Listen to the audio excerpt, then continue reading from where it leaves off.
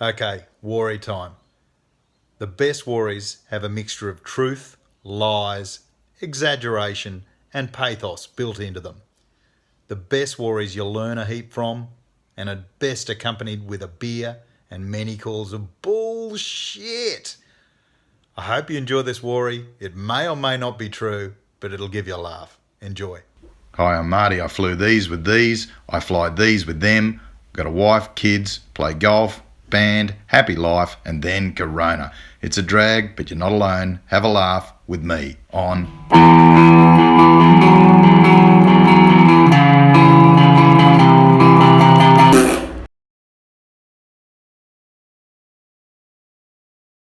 Okay, it's 1995. I'm posted to number 36 Squadron, RAF Richmond, New South Wales. I've spent the last 3 years enjoying the company of the finest bunch of aviators on the planet, flying the C-130, the C-130 Hercules. Flying this thing is anything but boring. Pilots call a Fat Albert, a face only a mother could love, but appearances can deceive. This aircraft is a beast. From day one, they chuck you in the captain's chair, and then that's where you cut your teeth.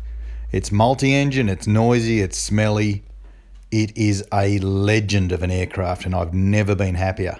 This is the closest thing to actually being a Thunderbird. Worldwide daily adventures at the drop of a hat, only this is for real. Heavy drop of equipment, parachuting of infantry troops, short dirt strips, working with special forces, night vision goggles, formation airdrop, search and rescue for real, all around Australia, Southeast Asia, the Pacific, the United States. First on the scene for any international event involving Australia, Peter Garrett even wrote a song about us. Jack of all trades. What a place to be when you were 22 years old. So, here's the story. Today's a special day. It's my first captain trip. I've got two fantastic first officers, Scotty and Axe, and some adult supervision in the form of Bob, my trusty engineer, and, name withheld, my nuggety load master, Gold. The job ahead of us, go from our home base at Richmond all the way over to the west coast of Australia, RAF Base Pearce. That's the first day. Second day, head up empty to Learmonth and pick up a Oshkosh P4 fire truck. These things are enormous. Bright yellow, massive turret. It's a Tonka truck on steroids, only it weighs 40 tonne. The authorising officer's only advice, make sure the thing's empty of water when you take off, otherwise you won't. The day goes well, Richmond to Pearce, West Australia, just up from Perth. It goes well until I catch up with my mate Beefer in the city. He's a best mate from pilot's course. I catch up with him and my other best mate, Big A. Drinks, conversation, more drinks, then Beefer has a bright idea. Why don't you take Big A tomorrow, mate? Silence. If you don't do it, you're up. Well, whatever the end of that sentence was, it must have been good because it worked. The next day, after checking it was cool with the crew, my best mate was dressed up in a flying suit and had been welcomed to RAF Base Pearce and was sitting on the bunk of my C-130, much to the amusement of Bob. What am I thinking? First captain trip and I've got an illegal stowaway on board. And then it gets more complicated. The air movo just turned up. The AMO is the kingpin of the tarmac. He or she determines what comes and goes on the RAF hardstand. Think of them as a really important airport manager. Who's that, he reckons? Who? You know who. Oh, she's a RAF photographer. Mate, if she's a RAF photographer, I'm the Pope. What are you going to do about it? Can my wife come too? Oh man, this is getting complicated. 20 minutes later, on the second day of my command, I've got the pleasure of not one, but two civilian illegal stowaways on my trip to Learmonth. Great. Anyway, off we went, committed aviation, low level, all the way up the coast. You haven't lived until you've seen the West Australian coastline from 250 feet. Anyway, we arrive safe and sound in Learmonth, and the troops begin loading the truck onto Fat Albert. It's not easy, but you can do it. Some have likened it to reverse parking an elephant. I'm meant to supervise, but I've got a stress migraine that just won't quit, and it's getting bigger by the minute. The girls have taken off in a kindly offered crew van and headed straight into the town of Exmouth for a counter meal and beers at the local pub. I'm lying on some cardboard under the hurt, considering what I'll do after I'm demoted, court-martialed, and generally run out of town. Long story short, the girls come back, the fire truck's on, we take off, yep, it was empty, and we made it safely back to Pierce. 6 a.m. the next morning, just got to get this circus home. But the crew have got better ideas. Why don't we head out to the coast? Bit of sightseeing. We can go from Free up the Swan past the city. It'll be great. Now, this isn't today. This is 25 years ago. There's no mobile phones, no Twitter, no YouTube.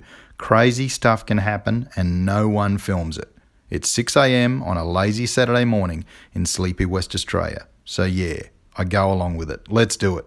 In the military, you're always looking to put your subordinates, the next generation of leaders, into the deep end. Throw them in, let them swim or sink. They both work as a learning experience. So Axe is driving, I'm supervising, and Bob, well, he's wondering what the hell we're all doing. The C-130 empty, believe it or not, is like a race car. 4 massive turboprops. Bob set the engines as hot and as hard as they'll go. 1010 turbine inlet temperature. Woo! And here we come, smoking up the Swan at Zot feet. Fast, I mean really fast. Past Kings Park, past the Narrows Bridge, and Axe, he's got target fixation. He is headed straight for the R&I Tower. I mean, he's pointing right at it. We're about halfway up its height, and it's getting closer fast. He's going to turn any minute. Turn, turn, turn. Axe, taking over. It's about now that a little part of my mind is saying, how did I get here? What chain of events has led you to take a C-130 and surf it off the largest building in West Australia on a Saturday morning in November? And why can I see the R&I sign bigger than life out of my left knee window? 60, 70, 80 degrees of bank, pull. So after we didn't kill ourselves, after we didn't cause unspeakable damage, after we didn't become the dumbest dead aviators in history, there was nothing to do but ask to be cleared to track for Wright Base Perth International and burn down the centreline at no altitude. Well, very little altitude. The Rat Alt's working hard as Bob's yelling the distance between the belly of Fat Albert and the main runway of Perth. 10 feet, 9, 8, 9, 10, 9, 8. And the icing on the cake, a high G pull-up with a wing over on the way back home. Now the Lodi, name withheld, has been watching all this from deep in the belly of the C-130. I mean, this guy's been to Vietnam and he wasn't prone to exaggeration. That's the most impressive thing I've ever seen in an aeroplane. Oh man. Deep breath, Monday, RAF Richmond, waiting for my ass kicking, waiting for the CO to call me in for the bullet. But it never happens. In 1995, you could fly low level through a capital city and, well, nothing. There was no one to record it, so it didn't happen. And it didn't happen, and that's the story I'm sticking to. But let's just say it did happen. I would have learnt these things. Don't submit to peer pressure. Dumb. Any idea made up on the fly is probably a bad one. In flying, things can snowball so quickly it'd make your head spin. And never, ever trust a co-pilot called Axe.